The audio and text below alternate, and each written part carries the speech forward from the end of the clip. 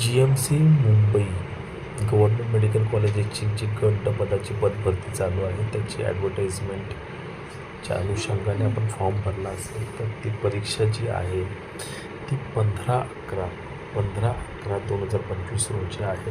9 ते 11 या शिफ्टमध्ये होणार आहे. एका शिफ्टमध्ये ही परीक्षा होणार आहे आणि या पदभरतीकरता टोटल 9,791 इतके फॉर्म आलेले आहेत.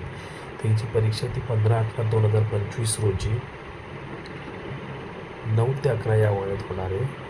आपलं प्रिपरेशन झालं असेल तर आपण या भरती प्रक्रियेचे सराव पेपर हे exambabu.in या वेबसाईटवर जरूर सॉल्व करा.